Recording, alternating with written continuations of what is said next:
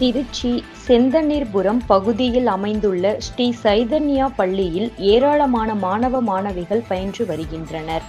இந்நிலையில் கடந்த 2025ஆம் ஆண்டு நவம்பர் மாதம் 9ஆம் தேதி நடைபெற்ற கேட் ஒலிம்பியாட் நிலை 2இல் 132 மாணவ மாணவிகள் தேர்வு எழுதினார்கள். தேர்வில் பங்கேற்ற அனைத்து மாணவ மாணவியர்களும் தேர்ச்சி பெற்று சாதனை அடைந்துள்ளனர்.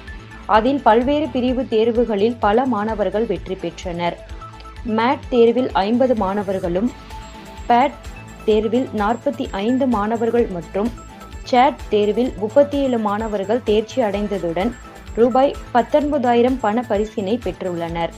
அதில் 18 மாணவர்கள் பதக்கம், பணப்பரிசு மற்றும் சான்றிதழையும், 114 மாணவர்கள் பதக்கம் மற்றும் சான்றிதழ் பெற்று சாதனை படைத்துள்ளனர்.